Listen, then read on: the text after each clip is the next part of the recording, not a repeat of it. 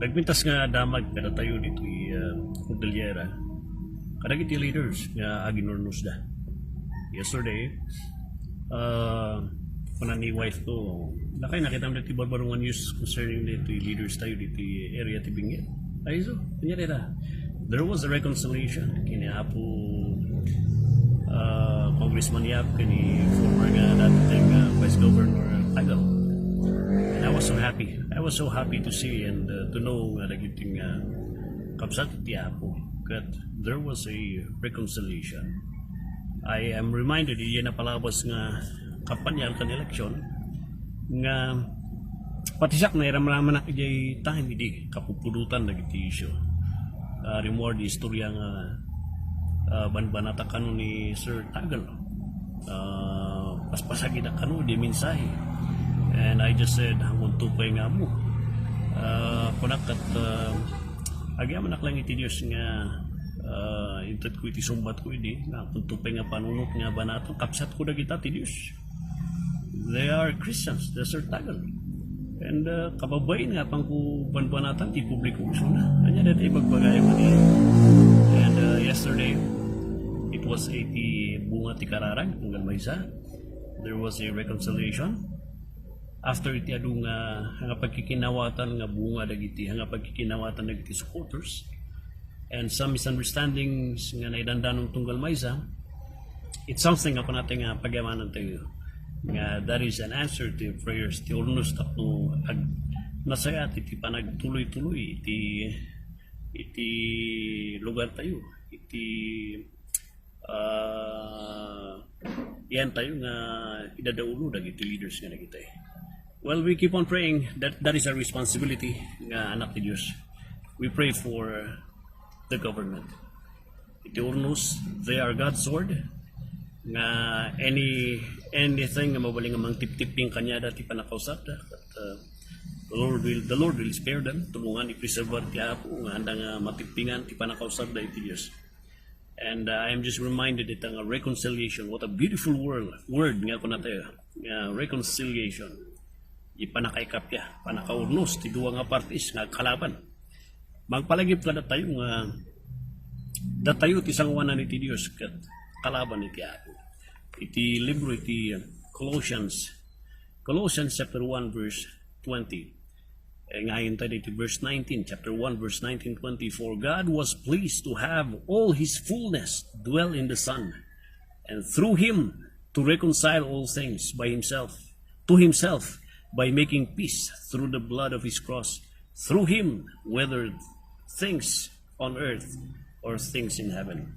Dito iti bangkitan tayo nga, even isang wanan iti Diyos kat, nagmayat dita nga sao.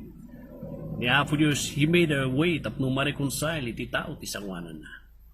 No iti tao, di lubong iti pagano, no nasaktan tayo dagiti espiritu, dagiti lululong kano, tatatang tayo. Dagiti imuno na kada tayo nga natay ti mapaspasamak ti kaskasta tayo kunari dagiti lalakay agparti kayo da kayo tagarami ti pamayan agparti kayo iti baboy baka manok or anya man dita nga in request na tapno maikat iungot na dagita nga natayan tayo nga nag-ukos kada tayo gapus ta nalipatan tayo suda kano or anya man dita and kuna iti lalakay agara data ti kasta tapno may kat ti ukos da tapno ada ti reconciliation.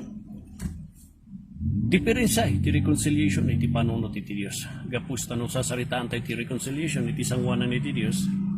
Dati reconciliation nga dayto ket ni Apo Dios iti nangaramid. Ni Apo Dios nangaramid ti pamayan tapno may rules iti tao ti sangwanan iti Dios. Amo iti Dios nga pulos iti tao awan maramida na isu nga iti nangaramid. Diferensya di lubong ti pagano datayo iti mangaramid. Datayo iti amang provide. Ti baboy, baka, ti sangwanan ti Dios diferensya. Isuna ti nag-provide iti sakripisyo nga mabaling nga mangikat. Mangikat ti po iti ungat na pungtot na kada tayo. And kunana dito, for God was pleased. Naragsakan iti Dios nga amin nga kina Dios nga ada kanya na. Or ti maysa nga Dios nga adaan iti maysa nga Dios adda kini Kristo Jesus ket hanna nga inimunan di ay kinagpayso na naragsakan isuna nga hana nga inimuna ni Isu Kristo nga ada amin ti kinadiyos mo't lang kanya na. He was so glad, he was so pleased. And through him, babaan kini Kristo Jesus, naikantayo iti reconciliation, iti sangwana na. Naikantayo ti kapya. Babaan iti dara na nga tinalak iti may nga tao. Iso nga, iti reconciliation kat nagtao iti Diyos kat babaan iti sakripisyo. Hangan yaman dita. So no panpanuran tayo, it was by the blood, di krus, isu iti pagapuan. Di daton nga in plano ni Diyos ama, isu na iti nangitad dayta. Babaan iti dara ni Kristo Jesus, naikanta iti kapya.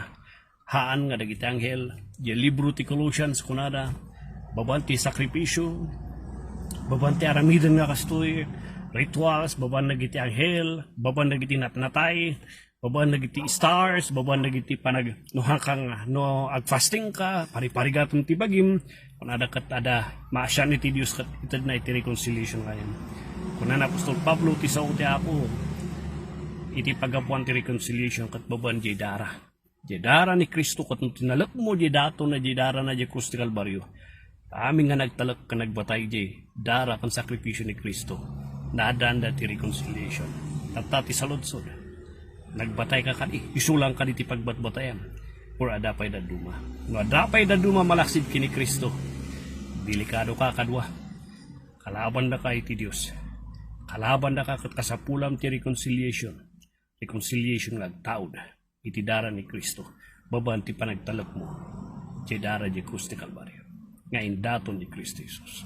God bless you kapsat. And sapay ko ma. Katalkom diyay.